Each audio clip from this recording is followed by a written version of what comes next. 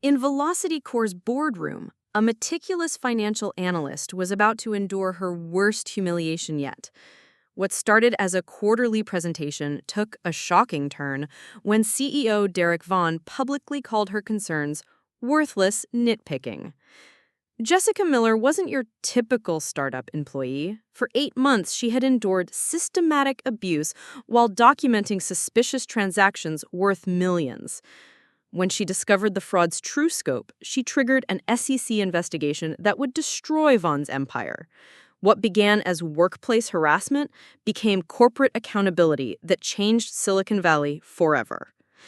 Before we jump back in, tell us where you're tuning in from, and if this story touches you, make sure you're subscribed because tomorrow I've saved something extra special for you. The fluorescent lights in VelocityCore's glass-walled conference room cast harsh shadows across the mahogany table as Jessica Miller adjusted her carefully prepared presentation materials for the third time. Her fingers trembled slightly, a tell she'd developed over the past 8 months of enduring Derek Vaughn's increasingly vicious public attacks. The quarterly board meeting always felt like walking into a lion's den, but today carried an extra weight of dread that settled in her chest like a stone. "Numbers don't lie," she whispered to herself, a mantra her father had taught her during late nights helping her with accounting homework back in Columbus. The phrase had carried her through state college, through her CPA certification, and through the grueling application process that had landed her this dream job at one of Silicon Valley's most promising startups. Now, 18 months later, the dream had curdled into something closer to a nightmare.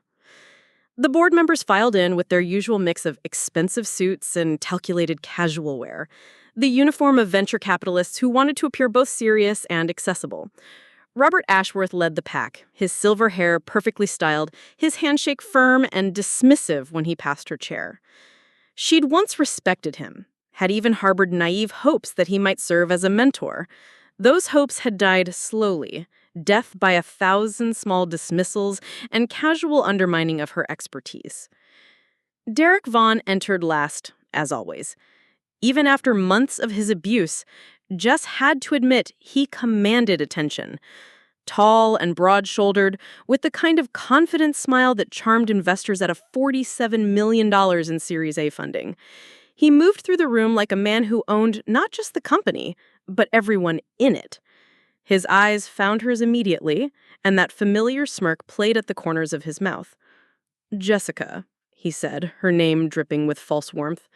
"I hope you have something more substantial for us today than your usual concerns about paperwork." The other board members chuckled. Sarah Martinez, VelocityCore's HR director, sat at the far end of the table, her expression carefully neutral. Jess caught her eye for a moment and saw something that might have been sympathy or perhaps just discomfort. Either way, Sarah said nothing. Jess cleared her throat and launched into her presentation. She'd spent weeks preparing this analysis, cross-referencing expense reports with bank statements, tracking revenue recognition patterns, identifying discrepancies that made her skin crawl with professional anxiety. Her voice started strong, backed by the certainty of her numbers. "The third quarter shows several irregularities that require immediate attention," she began, clicking to her first slide. "Our expense reporting shows significant anomalies, particularly in the consulting and professional services categories.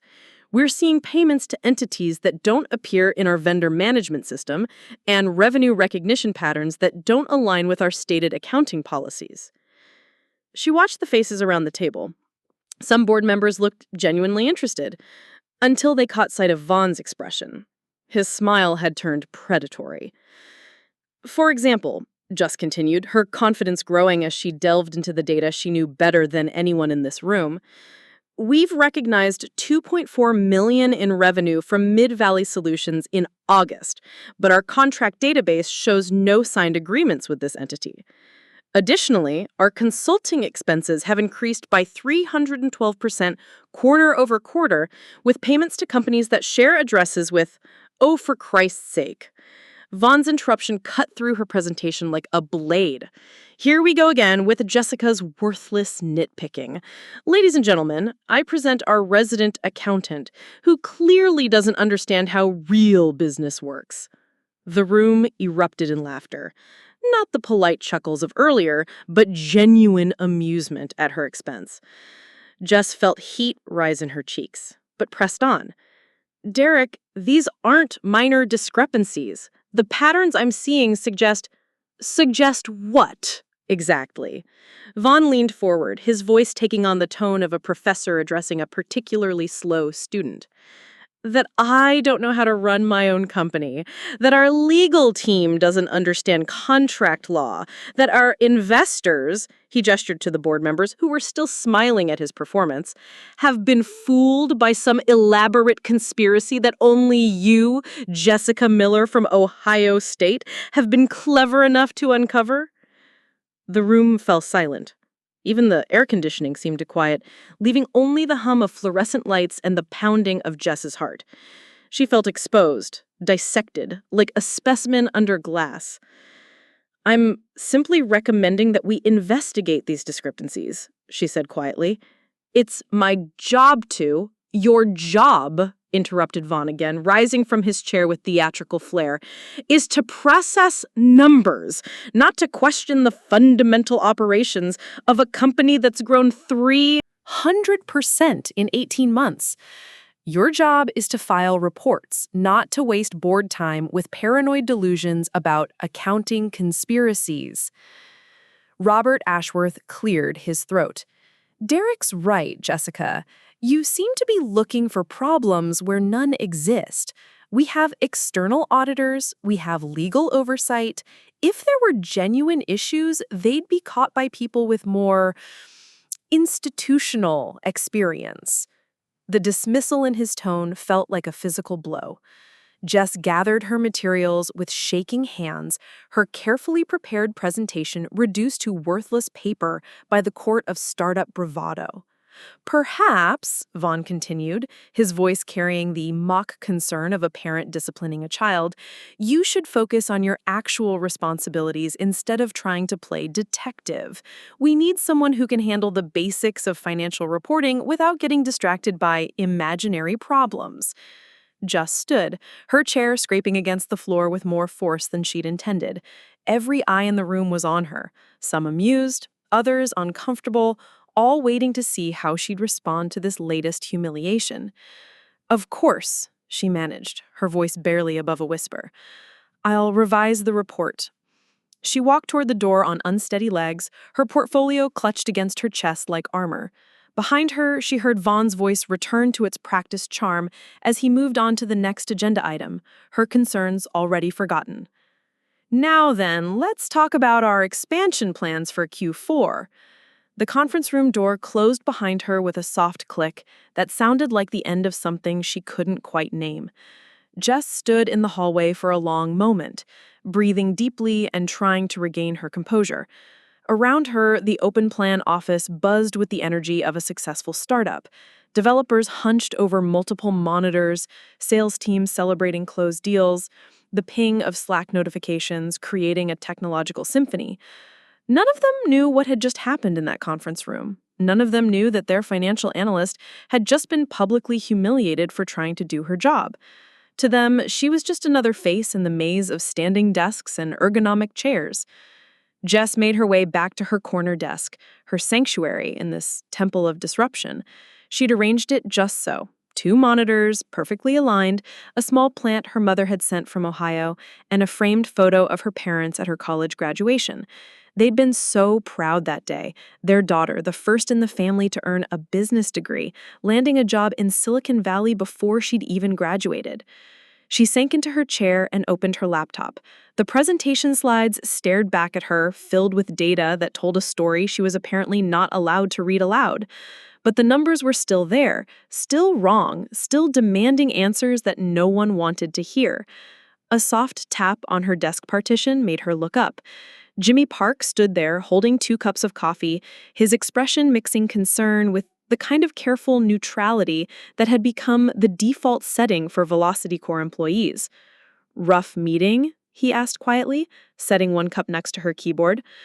Preparing and narrating the story took us a lot of time, so if you are enjoying it, subscribe to our channel. It means a lot to us. Now back to the story. Jimmy was 24, fresh from a coding boot camp, still young enough to believe that startup culture was inherently good. He'd been at VelocityCore for 6 months, long enough to witness several of Vaughn's public takedowns, but not long enough to become completely cynical about it. They always are, Jess replied, accepting the coffee gratefully. The warmth felt good in her hands. Jimmy glanced around the office, then leaned closer. For what it's worth, I think you're asking the right questions. Some of the stuff I've seen in the development budget, it doesn't add up either. Something in his voice made her look up sharply. What kind of stuff? Payments to consulting companies for work that never got delivered? Contracts for software licenses we don't use? I mentioned it to my manager, but he shrugged. Apparently, I don't understand how enterprise procurement works. Jess felt a spark of something that might have been hope or might have been vindication. She wasn't imagining things. She wasn't paranoid. The patterns were real, and she wasn't the only one seeing them. Jimmy, she said carefully, if you ever notice anything else, anything that seems off, would you feel comfortable sharing it with me? Unofficially, I mean. He studied her face for a moment, then nodded slowly. Yeah, I think I would. After he left, Jess sat alone with her coffee and her thoughts. The office around her continued its busy hum, but she felt separate from it now, like she was watching a movie of someone else's life. She opened a new spreadsheet and began typing, documenting everything she could remember from the board meeting. Vaughn's exact words, the board members' reactions, the timestamps of each humiliation. She didn't know why she was doing it exactly. Revenge seemed too petty a motivation, and she wasn't even sure she believed in justice anymore. But something deep in her Ohio-bred work ethic demanded that she keep records. Her father had always said that if something was worth doing, it was worth documenting properly. As the office began to empty around her, she found herself diving deeper into the financial files she'd been analyzing. Without the pressure of preparing for the board presentation, she could follow the patterns more thoroughly, trace the connections between the suspicious Transactions and the web of shell companies that seemed to dance around VelocityCore's legitimate business. The numbers told a story that made her stomach churn. Revenue inflation, expense manipulation, vendor relationships that existed only on paper. It was more extensive than she'd realized, more systematic than simple accounting errors. And if she was right, if even half of what she suspected was true, VelocityCore wasn't just ethically compromised. It was built on a foundation of fraud that could collapse at any moment, taking down not just Derek Vaughn, but every employee who'd believed in the dream he was selling. The cleaning crew had long since finished their rounds when Jess finally saved her files and closed her laptop. The office was dark, except for the emergency lighting and the glow from her desk lamp. Outside the floor-to-ceiling windows, the lights of Silicon Valley twinkled like stars, each one representing someone else's version of the same dream that had brought her here. She gathered her things slowly, reluctant to leave the safety of her desk for the uncertainty waiting beyond these walls.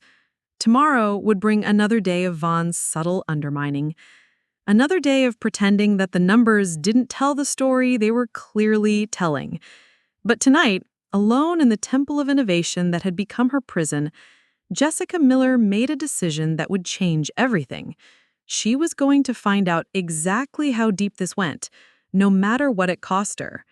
The numbers didn't lie, even when everyone else did. And if Derek Vaughn thought he could silence her with public humiliation, he was about to learn just how wrong he could be. The drive home from VelocityCore felt longer than usual, every red light giving Jess more time to replay the humiliation in the conference room. Her hand still trembled slightly as she gripped the steering wheel, the adrenaline from confrontation slowly giving way to a cold, methodical anger she hadn't felt since childhood. Her apartment in Mountain View was a stark contrast to the gleaming startup offices, a modest one-bedroom that ate up 60% of her salary, but represented freedom from the cramped Columbus duplex where she'd grown up. Tonight, though, even her carefully arranged sanctuary felt insufficient protection against the storm brewing in her mind. Jess set her laptop on the small dining table and opened a new folder, Documentation, personal. The clinical title felt appropriate. If Vaughn wanted to treat her like a problem to be managed, she'd approach this situation with the same systematic precision that had earned her a 3.9 GPA and a CPA certification before her 25th birthday. She began with the harassment incidents, creating a spreadsheet that would have impressed her statistics professor. Date, time, witnesses present, exact quotes where she could remember them. 8 months of accumulated humiliations took shape in neat rows and columns, revealing patterns she'd been too emotionally invested to see clearly. The financial irregularities deserved their own file. Screenshots of suspicious transactions, copies of vendor agreements that didn't match payment records, and revenue recognition schedules that defied basic accounting principles. Each piece of evidence was meticulously cataloged, cross-referenced, and backed up to 3 different cloud services. Her phone buzzed with a text from her mother. "How was the big presentation, honey?" Jess stared at the message for a long moment. Her parents called every Sunday, their voices filled with pride about their daughter working for one of those computer companies in California. They'd sacrificed so much to help her through college, working double shifts at the factory and the diner to supplement her scholarships. She typed back, "Went well, learning a lot." It wasn't exactly a lie. She was learning that moral courage required preparation, that accusations without documentation were just complaints, and that the people who appeared most successful often had the most to hide. By midnight, Jess had created what amounted to a comprehensive case file: employment law websites bookmarked, SEC whistleblower guidelines printed and highlighted, contact information for regulatory agencies carefully researched and verified. The methodical work had calmed her nerves and clarified her thinking. This wasn't about revenge against Derek Vaughn, though the satisfaction of seeing him held accountable would be considerable. This was about protecting the company's employees, its investors, and the basic principles of honest business that her father had taught her by example. She saved her files, encrypted them, and backed them up again. Tomorrow she would return to VelocityCore and continue playing the role of chastened financial analyst. But tonight, in the quiet of her apartment, Jessica Miller had transformed from victim to investigator. The numbers didn't lie. Now she had to prove it. The numbers didn't lie. Now she had to prove it. Jess arrived at VelocityCore the next morning with a new sense of purpose, her documentation system giving her courage she hadn't felt in months. The office buzzed with its usual energy, but she moved through it differently now, not as someone trying to avoid notice, but as an investigator gathering evidence. Her legitimate access to the financial systems became her greatest weapon. While other employees grabbed coffee and discussed weekend plans, Jess dove deep into transaction histories, following digital breadcrumbs that painted an increasingly disturbing picture. The shell companies were the first major discovery. Mid-Valley Solutions, the entity that had generated that mysterious $2.4 million in revenue, shared an address with 3 other consulting firms that had received substantial payments from VelocityCore. A simple Google Street View search revealed the address belonged to a Mailboxes Etc. in Fremont, hardly the headquarters of a legitimate technology consultancy. Working hard, as always, I see. Derek Vaughn's voice made her jump. She'd been so absorbed in tracing payment patterns that she hadn't noticed him approaching her desk.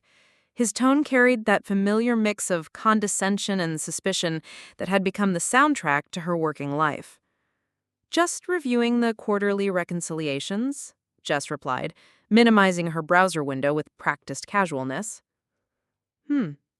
Vaughn leaned against her desk partition, his proximity making her skin crawl. "You know, Jessica, I've been thinking about our conversation yesterday, about focus, about staying in your lane." She met his eyes, drawing strength from the encrypted files on her laptop. "Of course." "Good, because I'd hate to think you were still chasing those imaginary accounting discrepancies instead of focusing on your actual job responsibilities." His smile was sharp enough to cut glass. We wouldn't want to waste any more board time on, what did I call it, worthless nitpicking? After he left, Jess's hands were shaking again, but this time with anger rather than fear. She waited until he disappeared into his corner office before opening her browser again. The deeper she dug, the more extensive the fraud became. Revenue bookings for contracts that didn't exist, expenses paid to vendors with no legitimate business purpose, a complex web of financial manipulation that made her stomach turn with professional revulsion. By lunch, she'd identified at least 12 suspicious entities receiving payments from VelocityCore. Cross-referencing their addresses revealed a pattern: mail forwarding services, vacant office buildings, and in one case, what appeared to be a residential address in Nevada. "You look like you've seen a ghost." Jimmy Park stood at her desk with another cup of coffee, his usual offering of solidarity. But today, his voice carried something different, concern that felt more urgent than friendly. "Just tired," Jess said, accepting the coffee gratefully. Jimmy glanced around the office, then leaned closer. "I accessed those development budget files I mentioned yesterday. The consultant payments? They're even weirder than I thought. We paid $200,000 to something called Apex Technical Solutions for code reviews that never happened. I know because I'm the one who would have implemented their recommendations." Jess felt her pulse quicken. "Do you have documentation?" "Screenshots, email threads, the whole thing." He hesitated, but Jessica, if this is as bad as it looks, people are going to lose their jobs. A lot of people. The weight of his words settled over her like a shroud. VelocityCore employed 275 people, from fresh-faced coding bootcamp graduates like Jimmy to experienced engineers with families and mortgages. If the company was built on fraud, its collapse wouldn't just hurt Derek Vaughn, it would devastate hundreds of innocent lives. That evening, alone in her apartment, Jess spread printed financial reports across her dining room table like pieces of a massive puzzle. The scope of what she'd uncovered was staggering. Conservative estimates suggested at least $8 million in fraudulent transactions over the past 18 months. $8 million, enough to destroy the company, ruin investor confidence, and probably result in criminal charges. Enough to make her the whistleblower who brought down Silicon Valley's newest darling. She stared at her documentation, knowing she'd reached a crossroads. She could delete these files, return to processing routine financial reports, and pretend she'd never seen the patterns in the numbers. She could keep her job, maintain her comfortable life, and let someone else discover the fraud eventually. Or she could make the call that would change everything. The numbers didn't lie. The question was whether she had the courage to make them heard. The question was whether she had the courage to make them heard. Just stared at the SEC whistleblower hotline number for 20 minutes before finally dialing.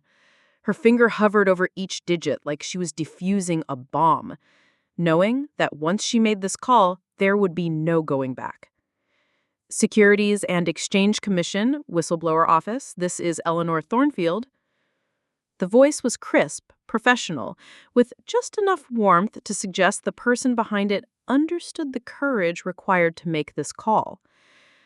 I need to report potential securities fraud," Jess said, her voice barely above a whisper. "I see.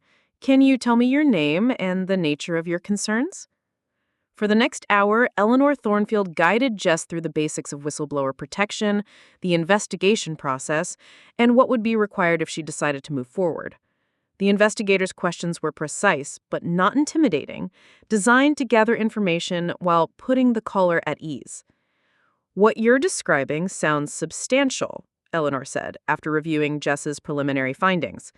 "Revenue manipulation, shell company transactions, fraudulent vendor relationships. If your documentation supports these allegations, we definitely want to pursue this. What happens to the employees if the company goes under?" "That's always a concern," Eleanor replied gently. But consider this. If the fraud continues, those same employees will lose their jobs anyway when the company inevitably collapses. The difference is whether they go down with the ship or whether there's accountability that might lead to recovery. The next morning at VelocityCore felt surreal. Jess processed routine expense reports while mentally cataloging evidence for a federal investigation. The office's casual energy, developers debating framework choices, sales teams celebrating new contracts, felt like watching a play about someone else's life. "Jessica," Sarah Martinez appeared at her desk, carrying 2 cups of coffee. "Could we chat privately?" In the small conference room, Sarah's composed HR demeanor cracked slightly. "I saw what happened in the board meeting yesterday. Derek's behavior was inappropriate." "It's fine," Jess said automatically. "No, it's not." Sarah's voice carried surprising firmness. "I've been watching this pattern for months. The public humiliation, the undermining of your professional expertise, it's creating a hostile work environment, and I should have addressed it sooner."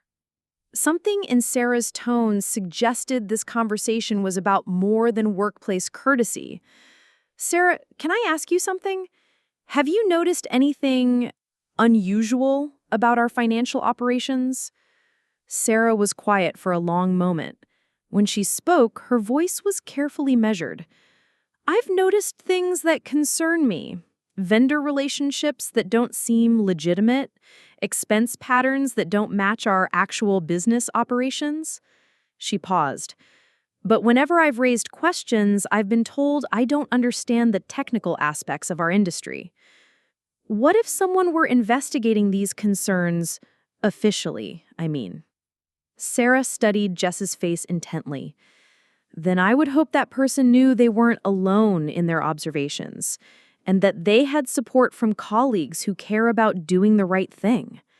That afternoon, Derek Vaughn announced a company-wide restructuring initiative designed to eliminate inefficiencies and ensure organizational loyalty. The timing felt deliberately threatening, as if he sensed something shifting in the company's dynamics. But for the first time in months, Jess didn't feel the familiar knot of anxiety in her stomach. Eleanor Thornfield had already provided her with a case number and detailed instructions for submitting formal documentation. The investigation was beginning. 6 months after Derek Vaughn's conviction, Jessica Miller stood in the gleaming conference room of her own consulting firm, looking out at the San Francisco Bay through floor-to-ceiling windows that no longer felt like prison walls.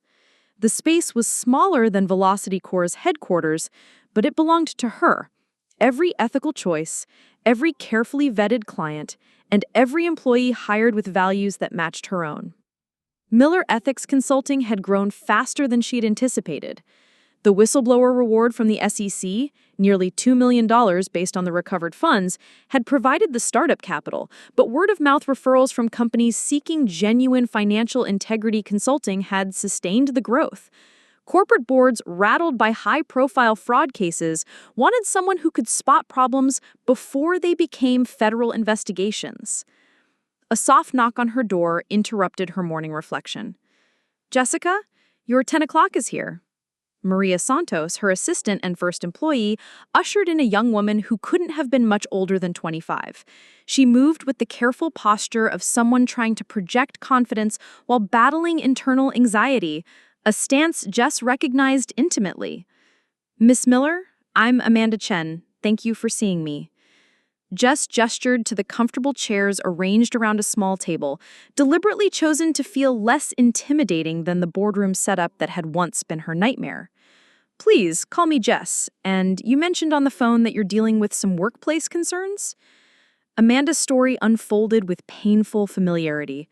A talented financial analyst at a growing tech company, facing public humiliation from her CEO whenever she raised concerns about irregular accounting practices. The details were different, but the pattern was achingly similar to what Jess had endured. "He calls it creative accounting," Amanda said, her voice barely above a whisper. "Says I don't understand how innovative companies operate. But I've documented at least 15 suspicious transactions over the past 6 months." "Tell me about your documentation system," Jess said, leaning forward with interest. For the next hour, Amanda walked through her careful record keeping, spreadsheets tracking harassment incidents, screenshots of questionable financial transactions, research into vendor relationships that didn't appear legitimate. It was thorough, methodical work that would have impressed Eleanor Thornfield. "You've done exceptional work," Jess said finally. "The question is, what do you want to do with it?" Her hands trembled slightly as she closed her laptop. "I keep thinking about all the people who work there, good people who believe in the company's mission. If I report this and the company goes under, those people will lose their jobs anyway if the fraud continues," Jess replied gently, remembering Eleanor's words from that first phone call.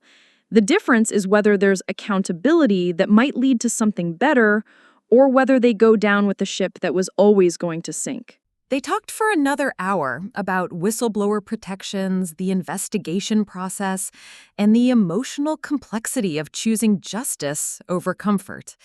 When Amanda left with Eleanor Thornfield's direct phone number, Jess felt a familiar mix of pride and anxiety, the same combination that had sustained her through her own journey from victim to catalyst. That afternoon brought a different kind of visitor. Jimmy Park appeared in her reception area, grinning broadly and holding a small gift bag. "Look who's got her name on the door," he said, embracing her warmly. "Though I still say you should have gone with Truth and Consequences Consulting." "How's the new job?" Jess asked, leading her to her office. "Amazing!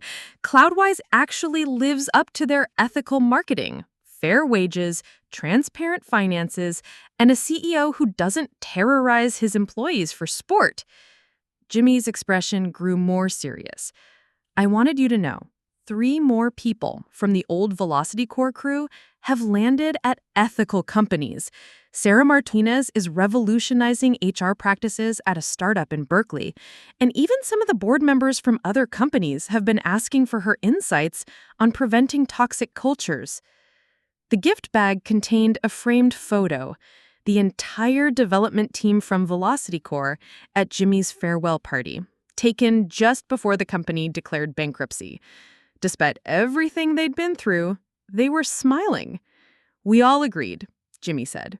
"You didn't destroy our jobs. You saved us from wasting more years of our lives building something that was rotten from the foundation." That evening, Jess worked late in her office, preparing a presentation for a corporate board that wanted to understand how to build genuine ethical oversight into their operations. Through her window, the lights of Silicon Valley spread out like stars, each one representing someone's dream of innovation and success. Her phone buzzed with an email from Eleanor Thornfield. "Thought you'd want to know. Amanda Chen called this afternoon. Says she's ready to move forward. Your mentorship made the difference." Jess smiled, saving her presentation and gathering her things. Tomorrow would bring new challenges, new clients struggling with the balance between profit and principle, new Amanda Chens who needed to know they weren't alone. The numbers still didn't lie, but now she was helping others find the courage to make them heard. The numbers still didn't lie, but now she was helping others find the courage to make them heard. But that future felt impossibly distant on the morning when VelocityCore's receptionist handed Derek Vaughn an envelope marked Securities and Exchange Commission, official business. Jess watched from her desk as his face drained of color, his usual confident swagger faltering as he tore open the formal information request. Within an hour, the entire office atmosphere had shifted. Vaughn emerged from his corner office like a caged animal, his eyes scanning the open workspace with new paranoia. He called an emergency leadership meeting, and through the glass walls, Jess could see him gesticulating wildly while Sarah Martinez and other executives listened with increasingly grim expressions. "Did you hear?" Jimmy appeared at her desk, his voice barely above a whisper. "SEC investigators are coming tomorrow. They're requesting all financial records going back 2 years." Jess kept her expression carefully neutral, though her heart was pounding. "Really? What do you think that's about?" corporate audit probably, but the timing feels weird, right? After that board meeting where Jimmy glanced around nervously, where Vaughn went after you so hard, the next few days transformed VelocityCore into something resembling a war zone. Vaughn implemented new security protocols, badge access to financial systems was restricted, document printing required supervisor approval, and employee computers were suddenly subject to routine maintenance that felt suspiciously like surveillance. "This is insane," Jimmy muttered during one of their coffee conversations. "He's acting like we're all potential spies." But it was Robert Ashworth's unexpected visit that revealed how serious the situation had become. Jess watched through her partition as the venture capitalist cornered Vaughn in the hallway, their conversation growing increasingly heated despite their attempts to keep voices low. "The liability exposure is enormous. Under control, Robert. I just need investors are asking questions I can't answer." When Ashworth stormed past her desk toward the exit, his face was flushed with anger and what looked like genuine fear. For the first time since she'd known him, the polished venture capitalist looked rattled. That afternoon, Jess received an encrypted email from Eleanor Thornfield. "We need additional documentation on the shell company transactions. Can you safely access the vendor payment histories from 2022? Lisa Wong stood beside her desk, looking exactly as Jess remembered from her LinkedIn profile. The former VelocityCore analyst had agreed to meet after Eleanor's team tracked her down, but Jess hadn't expected her to visit the office. They found a quiet corner of the building's lobby, away from the paranoid atmosphere upstairs.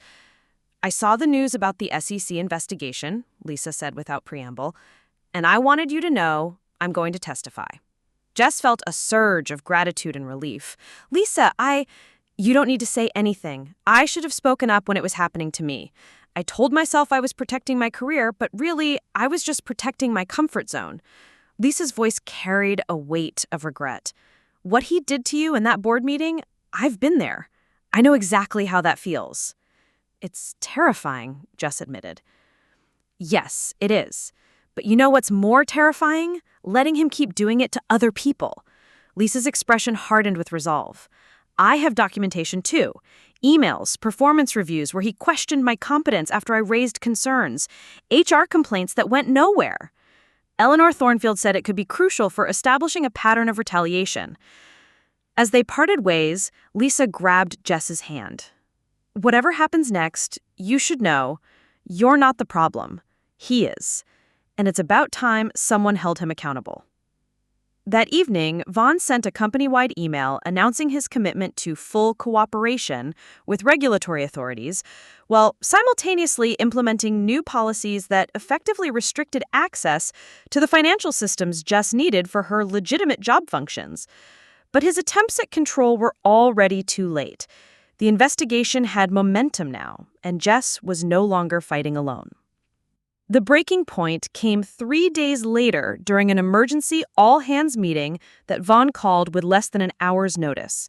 Employees crowded into the main conference room and spilled into adjacent spaces, their faces reflecting confusion and growing anxiety about the company's direction. Vaughn stood at the front of the room like a general addressing troops before battle, his usual polished demeanor replaced by something harder and more desperate.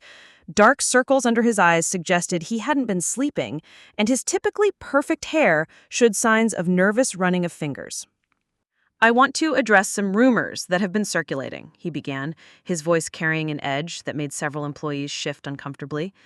"It seems we have people in this company who don't understand the concept of loyalty, people who would rather spread unfounded concerns than support the organization that pays their salaries."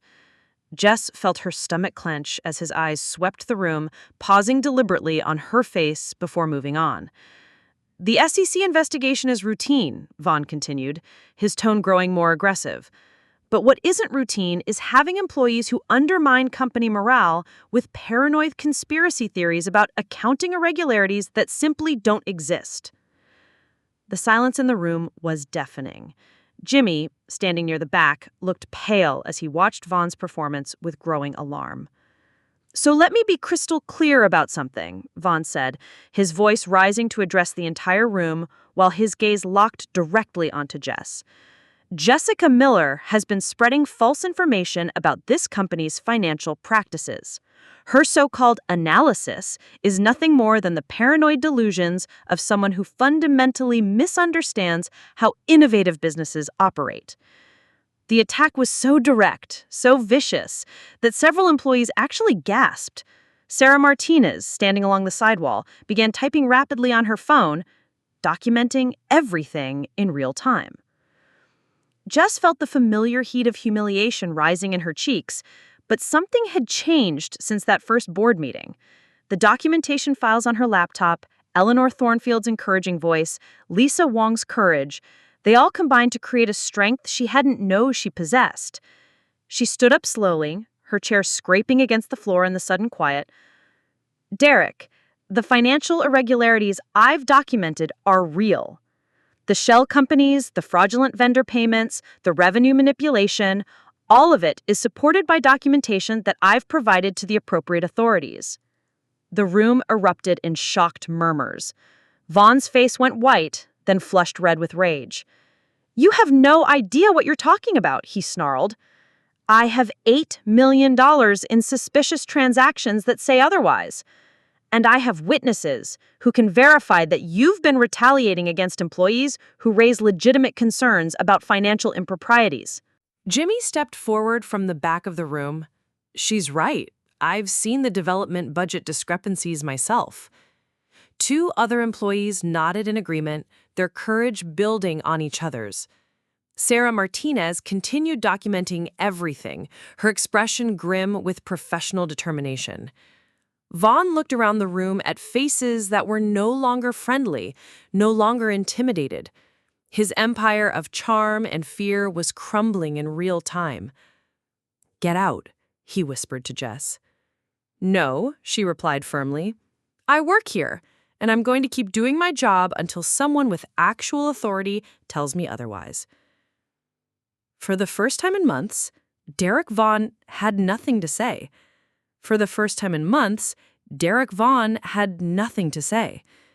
The silence stretched for what felt like an eternity before he stormed out of the conference room, leaving behind a crowd of employees buzzing with shock and uncertainty. Within hours, the fallout from the confrontation began cascading through VelocityCore's hierarchy like a controlled demolition. Robert Ashworth arrived to the office before noon, accompanied by two other board members and a lawyer Jess didn't recognize. Their emergency session lasted 3 hours, with raised voices occasionally audible through the supposedly soundproof conference room walls. By 4 p.m., the official email arrived. Derek Vaughn has been placed on administrative leave pending an internal investigation into allegations of financial irregularities and workplace misconduct. "Holy shit," Jimmy breathed, reading the announcement over Jess's shoulder. "You actually did it." But Jess felt no triumph, only a growing sense of dread as she watched her colleagues' faces process the implications. If Vaughn was guilty of everything she suspected, VelocityCore might not survive the scandal. The innovative projects, the promising products, the jobs that supported families, all of it could disappear because she'd had the courage to speak the truth. Eleanor Thornfield's team moved quickly once the company's defensive walls came down. SEC investigators arrived the next morning with boxes and digital forensics equipment, transforming VelocityCore's offices into a crime scene. Employees watched nervously as agents copied hard drives and interviewed key personnel. "Ms. Miller," a young investigator approached her desk, "Agent Thornfield would like to speak with you." Eleanor had set up a temporary interview room in one of the smaller conference spaces. Despite the circumstances, her presence felt reassuring, like having an experienced guide in treacherous territory. Derek Vaughn attempted to delete financial records last night. Our digital forensics team recovered most of it, but his actions constitute obstruction of justice. The evidence you provided has been invaluable. "What happens to everyone else?" Jess asked, gesturing toward the office where her colleagues continued working with forced normalcy. That depends on what we find. The fraud appears to be concentrated at the executive level, which means most employees are victims rather than accomplices. Eleanor's expression softened. I know this is difficult, but you may have prevented a much larger disaster. Companies built on fraud don't just fail quietly.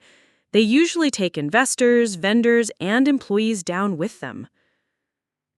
Over the following days, the investigation's scope became clear. The shell companies were just the beginning. Vaughn had created an elaborate network of fake contracts, inflated revenues, and hidden expenses that painted VelocityCore as far more successful than it actually was. The total fraud exceeded $12 million. Lisa Wong's testimony proved crucial, establishing a pattern of retaliation against employees who questioned financial practices. Sarah Martinez provided HR documentation showing systematic workplace abuse, while Jimmy and other developers confirmed that expensive consulting contracts had never resulted in actual work. But the human cost was becoming evident too. Despite board assurances about maintaining operations, rumors of bankruptcy began circulating.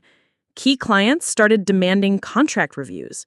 Talented employees began updating their resumes. I keep thinking, Jess told LMA during one of their interviews, that maybe I should have just kept quiet, found another job, let someone else deal with this. Eleanor studied her carefully. And let Derek Vaughn destroy how many more careers, defraud how many more investors? The courage to speak truth to power isn't easy, Jessica, but it's necessary. The investigation was reaching its conclusion, and with it, the reckoning that would determine whether justice was worth its price. The investigation was reaching its conclusion, and with it, the reckoning that would determine whether justice was worth its price. The formal charges against Derek Vaughn were filed on a gray Thursday morning in November. Securities fraud, wire fraud, obstruction of justice. The legal terminology felt sterile compared to the human wreckage it left behind. By noon, VelocityCorp's board had called another emergency meeting, this time to discuss Chapter 11 bankruptcy proceedings. Jess sat in her apartment that evening, staring at the letter from the SEC's Office of the Whistleblower. The reward amount, $1.8 million, based on the recovered funds, should have felt like vindication. Instead, it felt like blood money earned at the expense of her colleagues' livelihoods. Her phone had been ringing all day. Former VelocityCore employees, some grateful, others angry, all trying to process the collapse of what they believed was their dream job.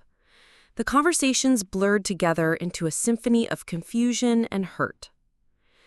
"I know you did the right thing," said Marcus from the sales team, his voice tight with controlled emotion. "But my wife is 7 months pregnant, and I don't know how we're going to make our mortgage payments." "Thank you for having the courage I didn't," whispered Anna from accounting. "I saw the irregularities too, but I was too scared to speak up. At least now we know the truth." Jimmy stopped by her apartment around 10 p.m., carrying takeout from their favorite Thai restaurant and the kind of understanding that comes from shared trauma. "How are you holding up?" he asked, setting containers on her dining table.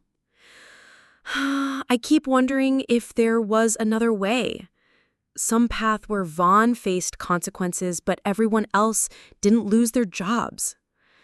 Jimmy was quiet for a long moment, methodically organizing the food. "You know what I realized today? We were all going to lose our jobs anyway. Companies built on lies don't just magically become sustainable. The fraud would have been discovered eventually, by auditors, by investors, by the market itself. The difference is, now we know why it happened, instead of just wondering what we did wrong." Over the next few weeks, the aftermath continued to unfold in ways both expected and surprising. Sarah Martinez leveraged her documentation of VelocityCore's toxic culture to land a position as head of people operations at a well-funded startup specifically focused on building healthy workplace environments. Her first initiative was implementing anonymous reporting systems and ethical decision-making frameworks. I spent too many years being complicit in systems that hurt good people. This is my chance to build something better from the ground up, she told Jess over coffee. Robert Ashworth faced civil litigation from the investors he'd helped mislead, but he'd also begun speaking at venture capital conferences about the importance of operational oversight and due diligence. His fall from grace had been expensive, but it seemed to have awakened something resembling a conscience. I enabled Derek by not asking hard questions, he admitted during one of their depositions. I was so focused on returns that I forgot my fiduciary duty to actually understand what I was investing in. Even Lisa Wong found unexpected opportunities in the aftermath. Her willingness to testify had caught the attention of a boutique consulting firm specializing in corporate governance, and they'd offered her a senior analyst position focused on helping companies identify and address financial irregularities before they became federal cases. Turns out there is a growing market for people who actually know how to spot fraud, Lisa explained during one of their regular check-ins. Companies are finally realizing that prevention is cheaper than prosecution. But perhaps the most meaningful response came in a handwritten letter from Derek Vaughn himself, sent from the federal detention center where he was awaiting sentencing. I don't expect forgiveness, the letter read, but I want you to know that you were right. About the fraud, about the culture, about everything. I became so convinced that rules didn't apply to me that I forgot they existed to protect people like the ones I hurt. My employees deserved better. You deserved better. Jess read the letter twice, then filed it away with the rest of her documentation. Accountability was more complex than she'd anticipated, less satisfying than revenge, but somehow more meaningful than vindication. The bankruptcy proceedings would take months to resolve, but the human stories were already writing themselves. Some of her former colleagues had landed at ethical companies where their skills were valued. Others were taking time to reconsider what they wanted from their careers. And Jessica Miller was beginning to understand that justice, real justice, wasn't about punishment or reward. It was about creating space for truth to exist, even when that truth was difficult to bear. And Jessica Miller was beginning to understand that justice, real justice, wasn't about punishment or reward. It was about creating space for truth to exist, even when that truth was difficult to bear. 6 months after Derek Vaughn's conviction, that understanding had crystallized into something concrete. Miller Ethics Consulting occupied a modest suite in downtown San Francisco with floor-to-ceiling windows that let in light instead of trapping shadows. The whistleblower reward had provided startup capital, but it was word-of-mouth referrals that sustained the growth. "Your 10 o'clock is here," Maria Santos ushered in a young woman whose nervous energy reminded Jess painfully of herself 18 months ago. Amanda Chen clutched a portfolio of documentation that looked eerily familiar. Spreadsheets tracking harassment incidents, screenshots of suspicious transactions, the careful record-keeping of someone who understood that truth required evidence. "He calls it creative accounting," Amanda explained, her voice barely above a whisper. "Says I don't understand how innovative companies operate." For an hour, Jess listened to a story that could have been her own biography. The meticulous financial analyst, the charismatic but abusive CEO, the systematic fraud disguised as business innovation. The details were different, but the pattern was achingly familiar. "What do you want to do with this information?" Jess asked finally. Amanda's hands trembled as she closed her laptop. "I keep thinking about my colleagues, good people who believe in the company. If I report this, those people will lose their jobs anyway if the fraud continues," Jess replied gently, remembering Eleanor's words. "The difference is whether there's accountability that might lead to something better." When Amanda left with Eleanor Thornfield's direct number, Jess felt the familiar mixture of pride and anxiety that came with watching someone find their courage. That afternoon brought Jimmy, grinning as he showed off photos from his new job at Cloudwise. a company whose ethical practices matched their marketing claims.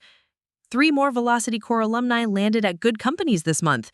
Sarah's revolutionizing HR practices in Berkeley, and that board member who used to dismiss your concerns, he's been calling Sarah for advice on preventing toxic cultures.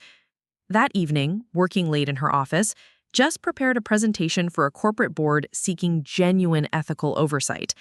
Through her window, Silicon Valley's lights spread out like stars, each one representing someone's dream of innovation and success. Her phone buzzed. Amanda Chen called this afternoon, says she's ready to move forward. Your mentorship made the difference. Eleanor.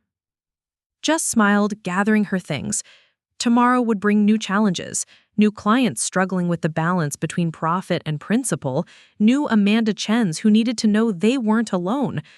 The numbers still didn't lie, but now she was helping others find the courage to make them heard. In the end, that felt like justice enough. Up next, you've got 2 more standout stories right on your screen. If this one hit the mark, you won't want to pass these up. Just click and check them out. And don't forget to subscribe and turn on the notification bell so you don't miss any upload from us.